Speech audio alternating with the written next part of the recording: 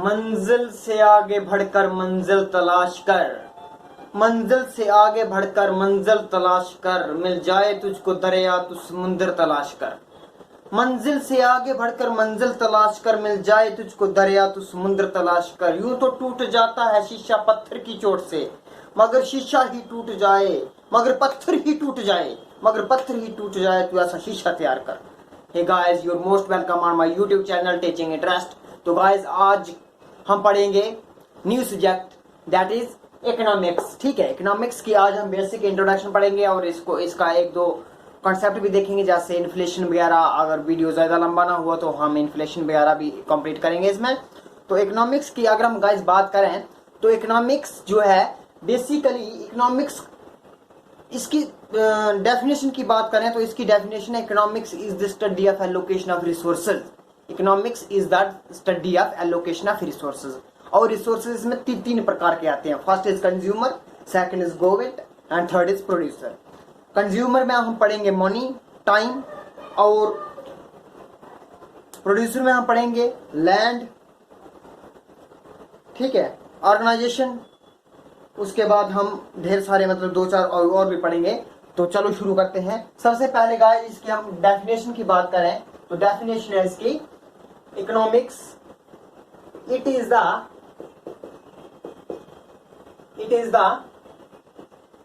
Study of it is the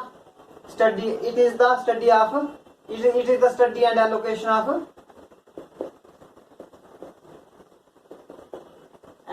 of natural resources, allocation of resources।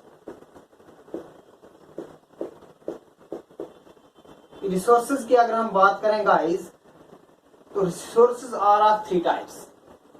ठीक है, first one is consumer,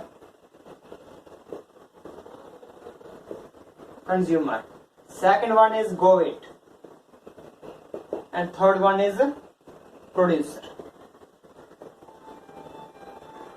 ठीक है, economics में guys हम यही पढ़ते हैं। ये पूरी इकोनॉमिक्स जो है ना, ये कहीं ना कहीं हमारे देश में या पूरी मतलब इकोनॉमिक्स की बात करें तो it is the management of money system. ठीक है, मनी सिस्टम, कैपिटल सिस्टम, जितना भी मतलब बजट सिस्टम है ना, पूरा हम इकोनॉमिक्स में पढ़ेंगे गाइस। ठीक है, कंज्यूमर की अगर हम बात करें तो कंज्यूमर होता है वो जो के चीजों को खरीदता है। ठीक है, और प्रोड्यूसर वो होता है जो चीजों को तैयार करता है। और गवर्नमेंट की बात करें तो गवर्नमेंट का सिर्फ एक ही काम होता है कि वो पब्लिक वेलफेयर के लिए काम करे। ठीक है, और प्रोड्यूसर के चाहिए कि उसके पास मनी हो, उसके पास टाइम हो, ताकि वो प्रोड्यूसर की प्रोड्यूस की हुई चीजों को खरीद सके। ठीक है, उसको क्या चाहिए? फर्स्ट वन इज उसको चाहिए क्या? उसको चाहिए गाइस मनी। मनी होगा उसके पास तभी वो चीजों को खरीद पाएगा। उसके बाद उसको चाहिए टाइम। ठीक है, और गवर्नमेंट को क्या चाहिए? गवर्नमेंट को चाहिए कि पब्लिक वेलफेयर, ठीक है, जितना हो सके पब्लिक वेलफेयर हो, लोगों की भलाई हो। ठीक है, पब्लिक वेलफेयर। ठीक है, और प्रोड्यूसर की अगर हम बात करें तो प्रोड्यूसर को चाहिए सबसे पहले गाइस, जो प्रोड्यूसर होता है जिसको कि कोई चीज प्रोड्यूस करनी है, जैसे मान लो आपके एक इंडस्ट्री लगानी है हमको। ठीक है, तो इंडस्ट्री लगाने के लिए हमको सबसे पहले चाहिए लैंड। ठीक है, हमको सबसे पहले क्या चाहिए? लैंड। ठीक है, लैंड होगी तब ही हम एक इंडस्ट्री को सेट कर पाएंगे। ठीक है, उसके बाद चाहिए हमें कैपिटल। क्या चाहिए? कैपिटल। अब लैंड तो हमने ले ली, लेकिन वहां पर इन्वेस्ट भी करना है ना कुछ, उसके लिए हमें कैपिटल चाहिए। ठीक है, उसके बाद हमें चाहिए लेबर। अकेले थोड़ी ना काम करेगा वहां पर हमें लेबर चाहिए। ठीक है, और उसके बाद चाहिए हमें लेबर मिल गई। ठीक है, और इंडस्ट्री तैयार हो गई। अब वहां पे चाहिए हमें ऑर्गेनाइजेशन जो कि काम करेगी उस इंडस्ट्री में। ठीक है, क्या चाहिए? ऑर्गेनाइजेशन, ऑर्गेनाइजेशन चाहिए गाइस, ठीक है। अब जो चीजें गाइस यहां से तैयार होंगी ना, हमारे जो भी चीज यहां से तैयार होगी उस चीज को कौन खरीदेगा? कंज्यूमर, कंज्यूमर खरीदेगा। अब कंज्यूमर को जो यहां से चीज तैयार होगी, जो जहां से प्रोडक्ट तैयार होगा, उसको खरीदने के लिए क्या चाहिए? मनी चाहिए। और मनी चाहिए, दूसरा चाहिए कि उसको टाइम। अब चीज खरीदनी है तो उसके लिए भी तो उसको टाइम तो चाहिए ना, चीज ऐसे थोड़ी ना आ जाएगी। हाँ मानते हैं कि आजकल चीजें मैक्सिमम चीजें ऑनलाइन आ जाती है, लेकिन उसके लिए भी तो टाइम चाहिए गाइस। वो उठ के थोड़ी ना आसमान से आ जाती हैं, उसके लिए भी तो टाइम चाहिए। ऑफर करना है, फिर वो उसको रिसीव करना है, ठीक है। तो मनी और टाइम दोनों चीजें चाहिए हमें, ठीक है। अब देखिए गाइस, मेन मेरा बोलने का मतलब ये है कि इकोनॉमिक्स में हम किसकी स्टडी करते हैं? एलोकेशन ऑफ रिसोर्सेज की स्टडी करते हैं, ठीक है। और रिसोर्स में मैंने आपको बता दिया कि कंज्यूमर और प्रोड्यूसर का मेन फंक्शन रहता है इसमें, ठीक है। और प्रोड्यूसर और कंज्यूमर क्या है? इसके रिसोर्सेज है, ठीक है। इन रिसोर्सेज की स्टडी करना, इसी को हम इकोनॉमिक्स बोलते हैं, ठीक है। प्रोड्यूसर की स्टडी करना, कंज्यूमर की, किस तरह से चीजें तैयार हो रही हैं और कैसी चीजें बिक रही हैं, कैसी चीजें जो है वो मार्केट में सेल हो रही हैं, उसका प्राइसेस कितने हैं, प्राइसेस इंक्रीज है या प्राइसेस डिक्रीज है, इन्फ्लेशन है, डिफ्लेशन है। इस तरह की तमाम सारी चीजें हम किसमें पढ़ेंगे? इकोनॉमी में पढ़ेंगे, ठीक है। और गवर्नमेंट का तो सिर्फ एक ही काम है कि गवर्नमेंट को चाहिए कि पब्लिक वेलफेयर हो, जितना हो सके उसको पब्लिक वेलफेयर करना है, ठीक है। अब जाहिर सी बात है कि अगर हमारे पास प्रोड्यूसर जो है वो चीजें प्रोड्यूस करेंगे और आराम से सरल तरीके से, ठीक है, और सस्ते दामों में चीजें जो है वो कंज्यूमर तक पहुंच जाएंगी, तो वही तो होगा पब्लिक वेलफेयर, वही तो होगा लोगों की भलाई उसी में तो होगी, ठीक है। और आपको पता है कि हमारे पास रिसोर्सेज जितने भी हैं वो लिमिटेड है। अब ऐसा तो नहीं है कि लैंड हमारे पास अनलिमिटेड है, ऐसा तो नहीं है कि कैपिटल हमारे पास अनलिमिटेड है, ऐसा तो नहीं है कि लेबर हमारे पास अनलिमिटेड है, ऑर्गेनाइजेशन हमारे पास limited. These are also limited resources. जितने भी एलोकेशन ऑफ रिसोर्स है ये हमारे पास लिमिटेड है, ठीक है। क्या है? लिमिटेड है, लिमिटेड है गाइस, ठीक है। लिमिटेड रिसोर्सेज हैं, ठीक है। ये सब कुछ क्या है? इकोनॉमी है। इकोनॉमिक्स में हम ये सब कुछ इकोनॉमिक्स में पढ़ते हैं हम, ठीक है। अब अगर हम बात करें तो फादर कौन है हमारे इकोनॉमिक्स के? इकोनॉमिक्स के फादर हैं एडम स्मिथ। कौन है? Adam Smith. हमारा कोच कौन गया?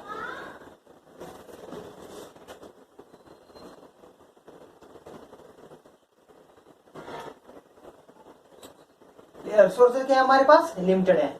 ये इस चीज को आपको गाइस माइंड में रखना है, ठीक है। रिसोर्सेज क्या है हमारे पास? लिमिटेड है, ठीक है। अब इसकी अगर मैं सिंपल भाषा में आपको डेफिनेशन बताने की कोशिश करूं तो इन सिंपल वर्ड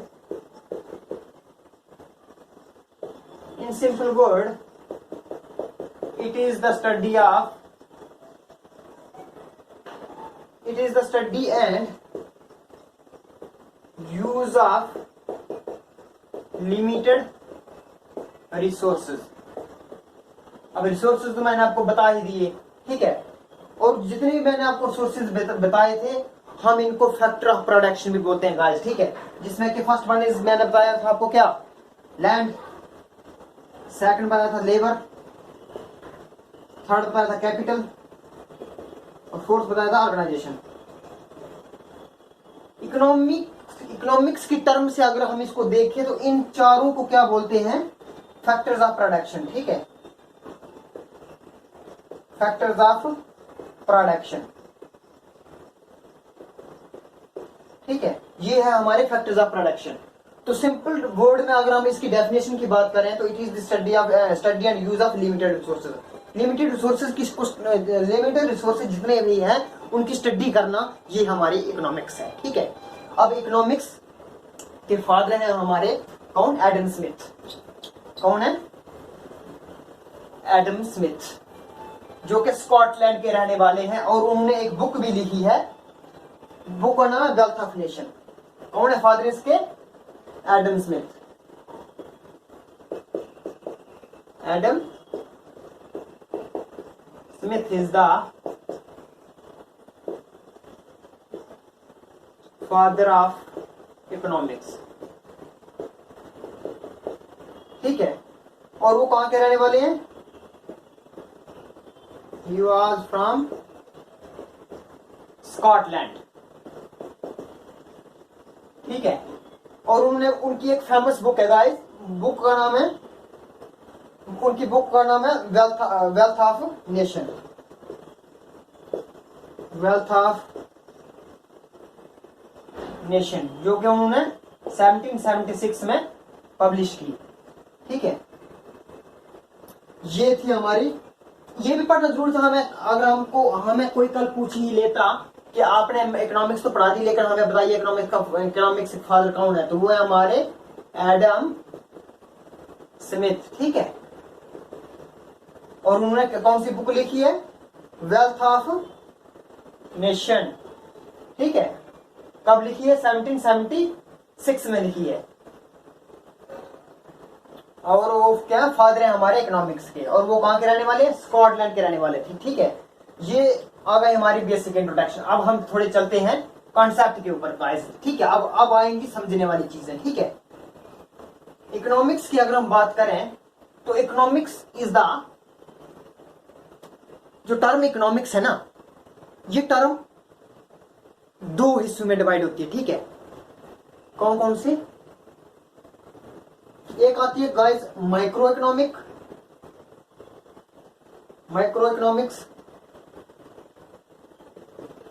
और दूसरी आती है मैक्रो इकोनॉमिक्स।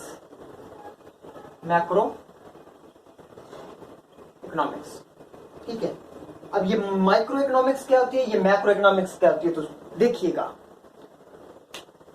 इकोनॉमिक्स में हम जब माइक्रो इकोनॉमिक्स की बात करते हैं तो माइक्रो इकोनॉमिक्स की अगर हम बात करें तो जैसे ये देखिए मेरे पास क्या है, पेन है। ठीक है, इस पेन को बनाने के लिए फैक्ट्री में कितना पैसा लगा, रॉ मटेरियल खरीदने के लिए कितना पैसा लगा, फिर इसको तैयार करने के लिए कितना पैसा लगा, और जब फैक्ट्री में ये पेन तैयार हो गया तो इसका प्राइस कितना होगा। ठीक है, इसका प्राइस जो होगा वो दो चीजों पर डिपेंड होगा। ठीक है, दो चीजें जो हैं वो इसका प्राइस तय करेंगी। फर्स्ट वन इज, वो जहां पर ये पेन बना हुआ है वो है हमारी फैक्ट्री। ठीक है, फैक्ट्री में इस पेन की लागत कितनी है, टोटल खर्चा कितना आया इस पेन को बनाने के लिए, वो फैक्ट्री तय करेगी। और दूसरा तय करेगी हमारी मार्केट। ठीक है, मार्केट में ये पेन बिक रहा है। ठीक है, मान लो कि हम पहले 10 रुपए लेके जाते थे मार्केट में इस पेन को लेने के लिए। ठीक है, लेकिन चूंकि बात ऐसे है कि पेन जो है वो हजारों की तादाद में मार्केट में बिक रहे हैं। ठीक है, अगर हजारों की हजारों की तादाद में पेन बिक रहे हैं तो जाहिर सी बात है कि पेन की डिमांड जो है वो बढ़ जाएगी, और जैसे ही पेन की डिमांड बढ़ जाएगी तो फैक्ट्री क्या करेंगी कि ज्यादा से ज्यादा पेन बनाने की कोशिश करेंगी। ठीक है, और पेन की डिमांड क्या होगी, वो ज्यादा, और सप्लाई क्या होगी, कम, जिसकी वजह से पेन का प्राइस जो है वो बढ़ जाएगा, और वो कहां बढ़ेगा, मार्केट में। ये हमारे दो फैक्टर आ गए प्राइस को डिटरमाइन करने के लिए। फर्स्ट वन इज प्रोड्यूसर, जो प्रोड्यूस करेगा इसको, वो इसका प्राइस डिटरमाइन करेगा, और सेकंड वन इज मार्केट। ठीक है, मार्केट में अगर इसकी डिमांड ज्यादा है तो इसका रेट भी ज्यादा होगा। ठीक है, तो वो हमने एक चीज की बात की, मैंने अभी सिर्फ एक पेन की बात की, तो जिसमें कि हम सिंगल चीज की बात करें और डिमांड और सप्लाई की बात करें, उसको हम बोलते हैं माइक्रो इकोनॉमी। ठीक है, उसको क्या बोलते हैं हम, माइक्रो इकोनॉमी, जिसमें कि हम प्राइस की बात करें, एक चीज की बात करें, जिसमें अभी मैंने सिर्फ प्राइस की बात की। ठीक है, इस एक पेन की बात की। जब हम पूरी कंट्री की बात करेंगे, पूरे इंडिया की बात करेंगे, जितने भी चीजें बन रही हैं, जितना भी सिस्टम तैयार हो रहा है, जितनी भी प्रोडक्शन हो रही है, उनकी सारी की जब हम बात करेंगे, उनके थ्योरीज पढ़ेंगे, मतलब इकोनॉमिक्स के ऊपर थ्योरीज पढ़ेंगे, वैल्यूज पढ़ेंगे, ठीक है। जब हम इसी चीज को ब्रॉडर सेंस में समझने की बात करते हैं तो वो आती है हमारी मैक्रो इकोनॉमी, ठीक है। लगी समझ आपको, ठीक है। किसी एक चीज की स्टडी करना, उसके डिमांड, उसकी सप्लाई, उसका प्राइस, उसको उसके ऊपर बात करना, उसको हम बोलते हैं मैक्रो इकोनॉमी, ठीक है। छोटे लेवल पर जब हम इसी चीज को बड़े लेवल पर समझने की बात करते हैं, इसकी स्टडी की बात करते हैं, इसकी क्या थ्योरीज देखते हैं, इसकी वैल्यूज देखते हैं, इसके ऊपर जब हम बात करते हैं तो ये होती है हमारी मैक्रो इकोनॉमी, ठीक है। अब मुझे उम्मीद है कि आपको समझ आ गए होंगे, मगर दो शब्दों में मैं बताने की कोशिश करूं तो macro economy is the shortest term of economics and macro economy is the world wide, ठीक है, world wide system managed by economics is called macro economy. Macro economy क्या है? बड़ा कॉन्सेप्ट है, और माइक्रो इकोनॉमी क्या है? छोटा कॉन्सेप्ट है, ठीक है। अब समझ गए होंगे आप माइक्रो इकोनॉमी और मैक्रो इकोनॉमी के बारे में भी, ठीक है। उसके बाद अगर हम गाइस बात करें तो उसके बाद की अगर हम बात करें तो ये माइक्रो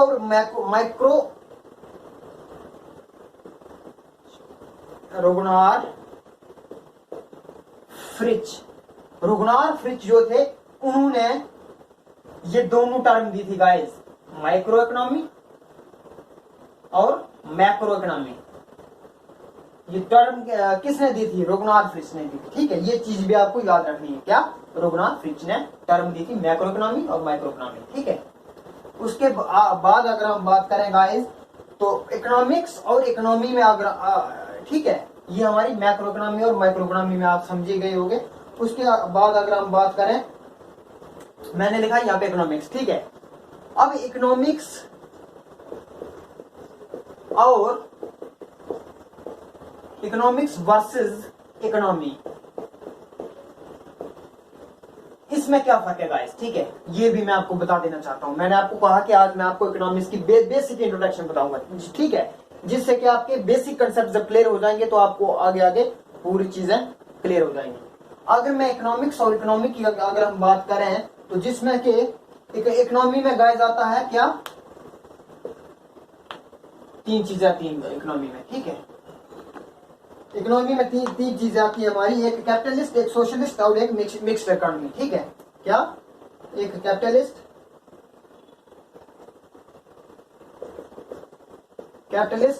सोशलिस्ट और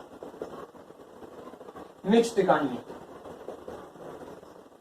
अगर आप इन तीनों चीजों को समझ गए तो आप, मुझे लगेगा कि आपने इकोनॉमिक्स में मेन चीज को समझ ही लिया, ठीक है। इकोनॉमिक्स की अगर मैं बात करूं तो इकोनॉमिक्स में क्या स्टडी करते हैं हम, ये थ्योरेटिकल कंसेप्ट है गाइस, ठीक है। इकोनॉमिक्स क्या है? थ्योरेटिकल कंसेप्ट है, ठीक है। इसमें हम पढ़ते हैं क्या, थ्योरीज पढ़ते हैं हम, क्या पढ़ते हैं? Theories and values. ये चीजें किस में पढ़ते हैं? इकोनॉमिक्स में। ये हमारी इकोनॉमिक्स है। इकोनॉमिक्स क्या है? ब्रॉड सब्जेक्ट है, ब्रॉड कंसेप्ट है, जिसमें कि हम थ्योरेटिकली चीजों को समझते हैं, पढ़ते हैं, देखते हैं कि कैसा सिस्टम था, कैसा है और कैसा होगा, ठीक है। ये इसमें हम थ्योरीज और वैल्यूज पढ़ते हैं। लेकिन अगर इकोनॉमी की बात करें तो इकोनॉमी में हम, जैसे आपको पता है कि इंडिया का जीडीपी ग्रोथ रेट कितना कम था, कितना है और आज कितना है, ठीक है। ये सब चीजें किसमें पढ़ते हैं? हम इकोनॉमी में पढ़ते हैं, ठीक है। और इकोनॉमी में इकोनॉमी तीन तरह की होती है, ठीक है। First is capitalist economy, second is socialist economy and third is mixed economy, ठीक है। अब इंडिया की इकोनॉमी कौन सी है? कैपिटलिस्ट है, सोशलिस्ट है या मिक्स्ड है? ये आप मुझे कमेंट सेक्शन में 3 मिनट के अंदर बता दीजिए। अगर नहीं बता पाएंगे तो मैं 3-4 मिनट के बाद आपको बता दूंगा कि इंडिया की कौन सी इकोनॉमी है, सोशलिस्ट है, कैपिटलिस्ट है या मिक्स्ड है, ठीक है।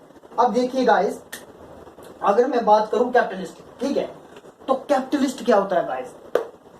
कैपिटलिस्ट इकोनॉमी वो इकोनॉमी होती है सॉरी, कैपिटलिस्ट इकोनॉमी वो इकोनॉमी होती है जिसमें कि private sector has more participation, ठीक है।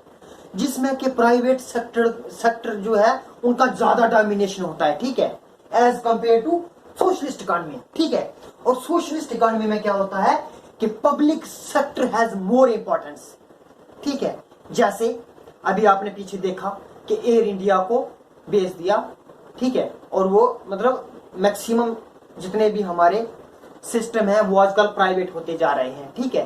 प्राइवेट होते जा रहे हैं उसका मतलब है कि आने वाली इकोनॉमी हमारी कैपिटलिस्ट इकोनॉमी हो सकती है, ठीक है, जिसमें कि प्राइवेट सेक्टर की ज्यादा इंपॉर्टेंस होती है, ठीक है, उसको हम बोलते हैं कैपिटलिस्ट इकोनॉमी, ठीक है, जिसमें कि प्राइवेट सेक्टर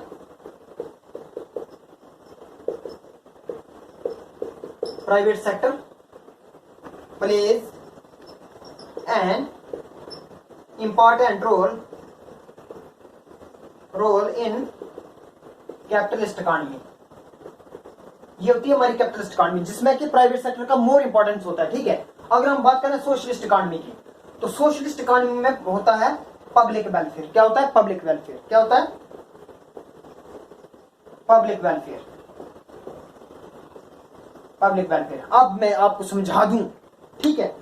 कैपिटलिस्ट की बात करें तो कैपिटलिस्ट में प्राइवेट सेक्टर होगा, आपको पता है। इसमें जितनी भी चीजें बनेगी, जितनी भी चीजें प्रोड्यूसर प्रोड्यूस करेगा, उसका प्राइस क्या होगा, उसकी डिमांड कितनी होगी, उसकी सप्लाई कितनी होगी, इंपोर्ट कितना होगा, एक्सपोर्ट कितना होगा, it is overall depends on capitalist. Private sector, ठीक है, जैसे आप देख सकते हैं कि अनिल अंबानी को, ठीक है, जिनकी कंपनी है जियो, ठीक है, अब उनकी मर्जी है कि वो अपनी एक सिम को 500 रुपए में बेचे, अपनी सिम को 10 रुपए में बेचे, अपनी सिम को फ्री बेचे, अपनी सिम को लाख रुपए में बेचे, अपनी सिम को 1000 रुपए में बेचे, वो उनकी मर्जी है, क्योंकि वो उनका अपना प्रोडक्शन है। उसको बोलते हैं कैपिटलिस्ट सिस्टम। उसमें no interfere of socialist economy, उसमें गवर्नमेंट का कोई भी हस्तक्षेप नहीं होगा गाइस, ठीक है, ठीक है। उसको बोलते हैं हम कैपिटलिस्ट, जिसमें कि पूरा कंट्रोल किसका रहता है?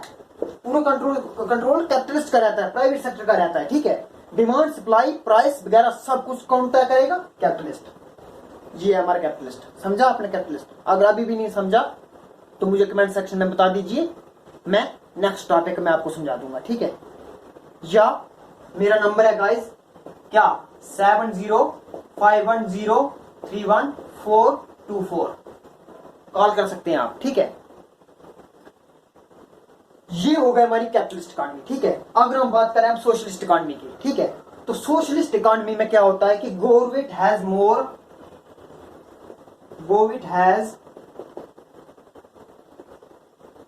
इंटरफेरेंस, जिसमें कि गवर्नमेंट का ज्यादा इंटरफेरेंस होगा, ठीक है। इसमें पब्लिक वेलफेयर होगा, ठीक है।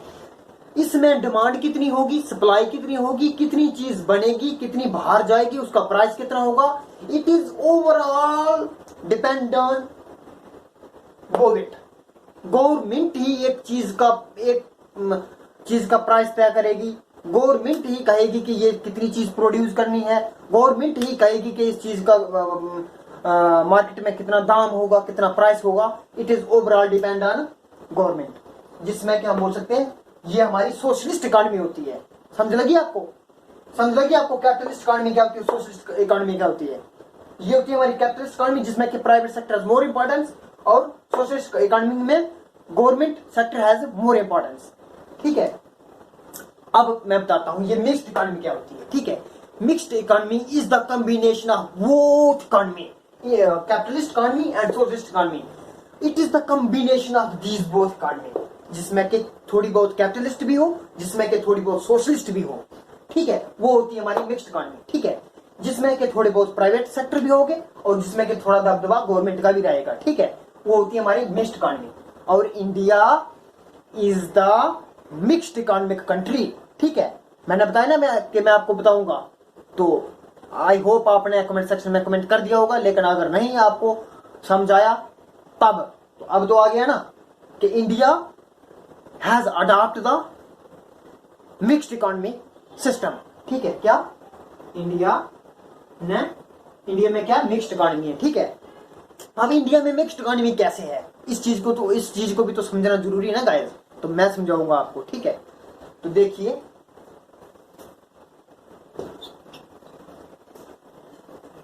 गाइस मजा आ रहा है ना, तो वीडियो को प्लीज लाइक कर दीजिए, क्योंकि बहुत मेहनत लगती है गाइस चीजों को तैयार करने में, समझने में और डिलीवर करने में, वीडियो बनाने में, मतलब काफी मेहनत लगती है गाइस, आपको पता ही है।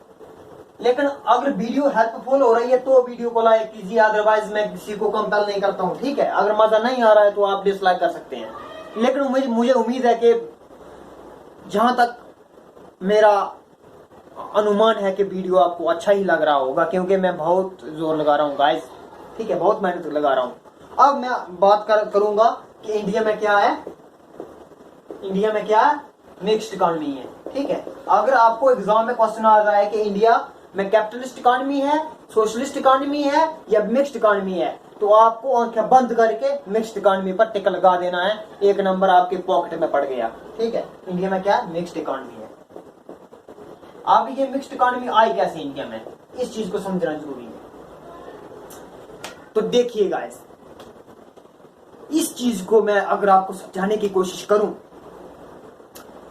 तो थोड़ा सा हमको पीछे जाना पड़ेगा, 20 साल, 22 साल या 30 साल, 32 साल पीछे, ठीक है, 32 ईयर पीछे अगर हम जाएं, तो बात करें हम अगर 1990 की, ठीक है, तो 1990 में क्या था, हमारे हिंदुस्तान में कौन सी इकॉनमी थी? उस वक्त हमारे हिंदुस्तान में इकॉनमी थी सोशलिस्ट इकॉनमी। क्या थी? Socialist economy. But after the 1991 के बाद क्या हुआ कि इंडिया में मिक्स्ड इकॉनमी आ गई। अब ये कैसे आई, मैं समझाऊंगा आपको कैसे आई, टेंशन मत लो आप, ठीक है, सिर्फ आप समझो, चीजों को समझो। 1990 में हमारे हिंदुस्तान में प्राइम मिनिस्टर कौन थे? प्राइम मिनिस्टर कौन थे? प्राइम मिनिस्टर थे पीवी नरसिम्हा राव। नरसिम्हा राव। और फाइनेंस मिनिस्टर कौन थे? फाइनेंस मिनिस्टर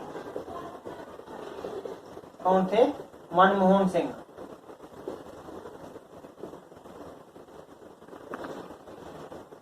मनमोहन सिंह हमारे फाइनेंस मिनिस्टर थे, ठीक है। उस वक्त की अगर हम बात करें तो हमारे हिंदुस्तान में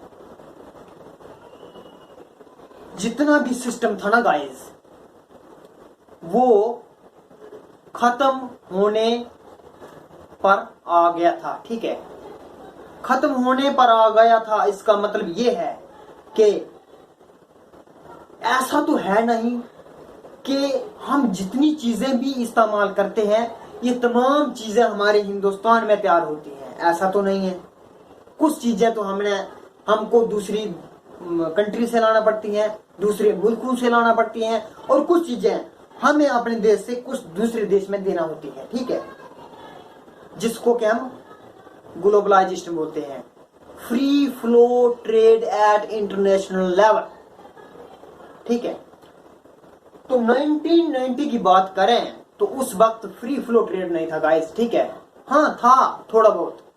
तो हमारे पास जो थे वो स्टॉक कम पड़ गए थे, ठीक है, 10-15 ही स्टॉक कुछ हमारे पास रहे थे, ठीक है, जैसे फ्यूल वगैरह रख लो आप, पेट्रोलियम वगैरह रख लो आप। तो ये हमारे देश में 10 से 15 डॉलर तक रहा था, ठीक है, और ये खत्म होने पर आ गया था।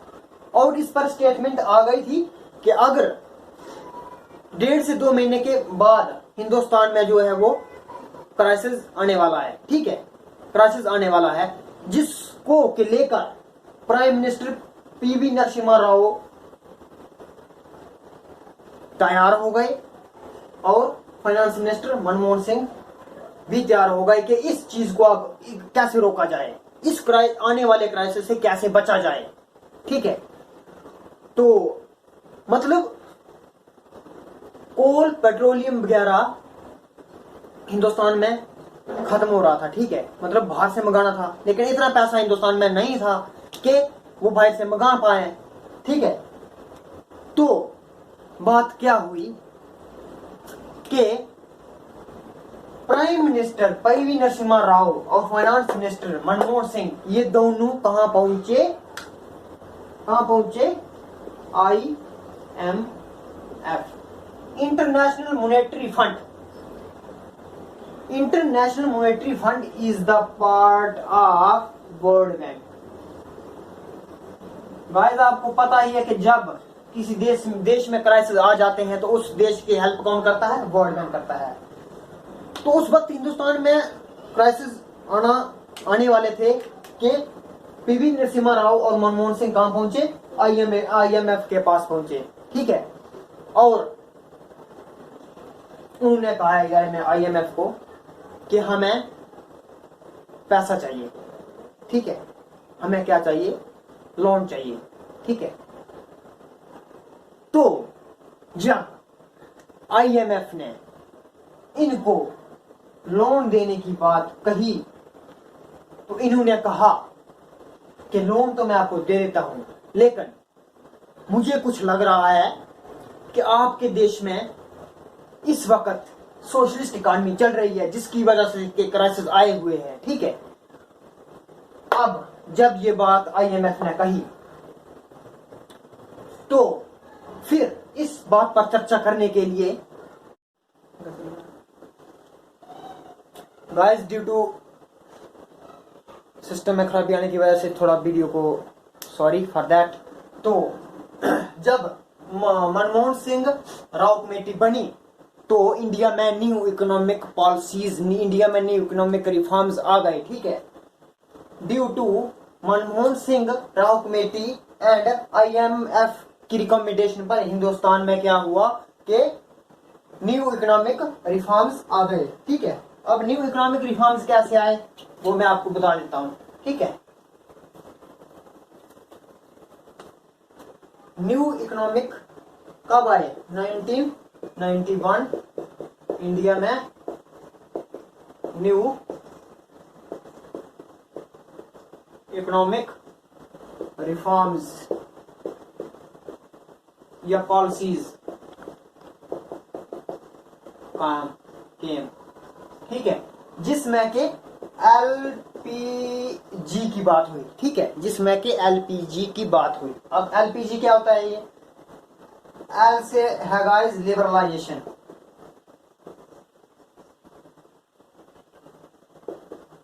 लिबरलाइजेशन, ठीक है, और P से क्या, प्राइवेटाइजेशन,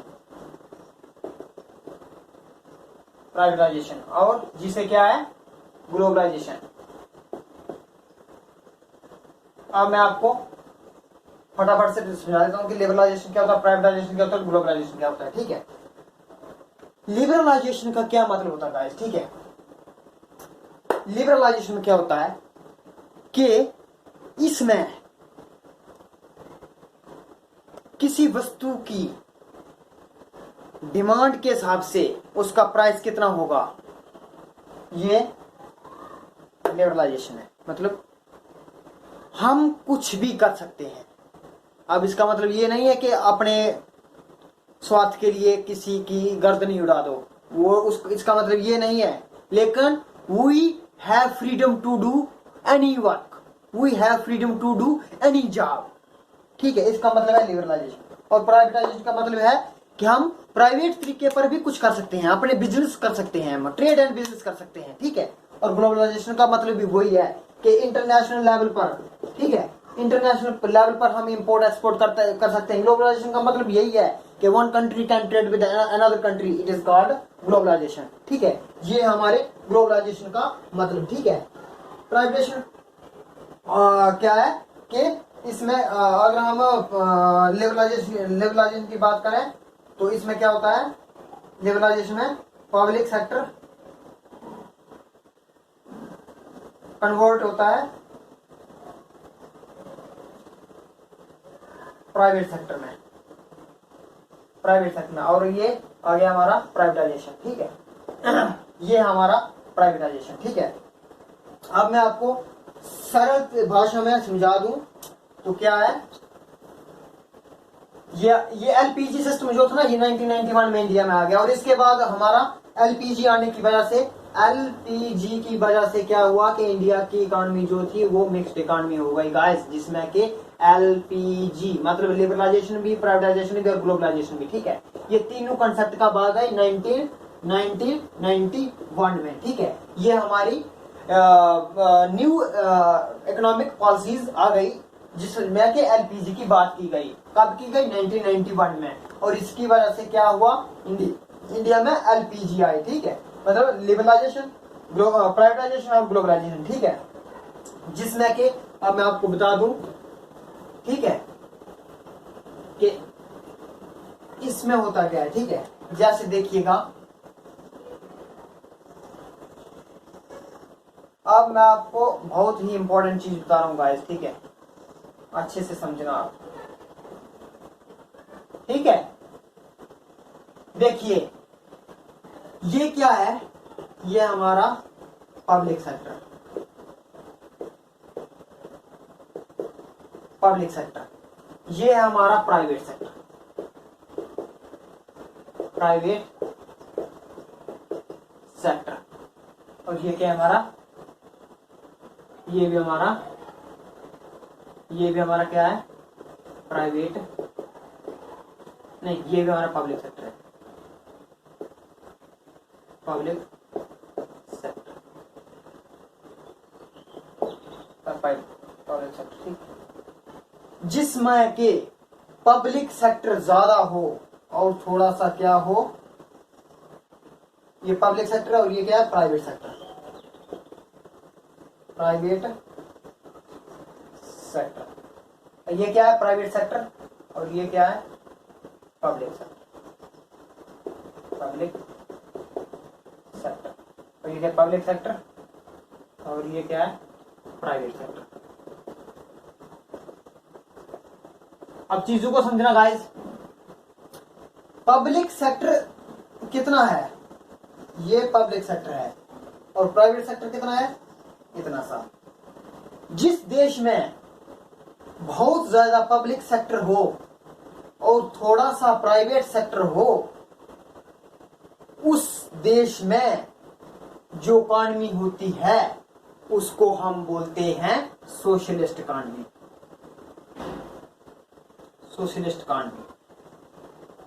और जिस देश में प्राइवेट सेक्टर ज्यादा हो और पब्लिक सेक्टर कम हो, उसको बोलते हैं हम कैपिटलिस्ट, कैपिटलिस्ट। अब ये कौन कौन से देश हैं जिसमें कि पब्लिक सेक्टर ज्यादा है और प्राइवेट सेक्टर कम है? ये कौन से देश हैं? ये हैं हमारे, लिख लो आप एग्जांपल, रशिया,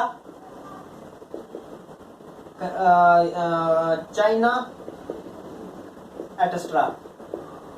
और जिस देश का पब्लिक प्राइवेट सेक्टर ज्यादा है और पब्लिक सेक्टर कम है, उसमें क्या है, यूएसए, कनाडा वगैरह एटस्ट्रा, ठीक है, वेस्टर्न कंट्रीज। और जिस देश में पब्लिक सेक्टर ज्यादा हो, बल्कि 90% पब्लिक सेक्टर हो और 10% कहीं पे प्राइवेट सेक्टर हो, बस इतना सा प्राइवेट सेक्टर, इसको बोलते हैं कम्युनिज्म। क्या बोलते हैं? कम्युनिज्म, ठीक है। समझ लगी आपको? सोशलिस्ट क्या होता है, कैपिटलिस्ट क्या होता है और कम्युनिज्म क्या होता है, ठीक है। सोशलिस्ट होता है कि जिस देश में पब्लिक इंटरफेरेंस ज्यादा हो और थोड़ा सा कहीं प्राइवेट इंटरफेरेंस हो, उसको बोलते हैं सोशलिस्ट। और कैपिटलिस्ट जिसमें कि प्राइवेट सिस्टम ज्यादा हो और थोड़ा सा पब्लिक सिस्टम हो, उसको बोलते हैं कैपिटलिस्ट। और वो जिसमें कि ओवरऑल मतलब 99% क्या हो, पब्लिक सेक्टर हो और कहीं थोड़ा बहुत देखने को मिलता है हमें प्राइवेट सेक्टर, उसको बोलते हैं कम्युनिज्म, ठीक है। तो आई थिंक आज का लेक्चर ज्यादा हो गया गाइज।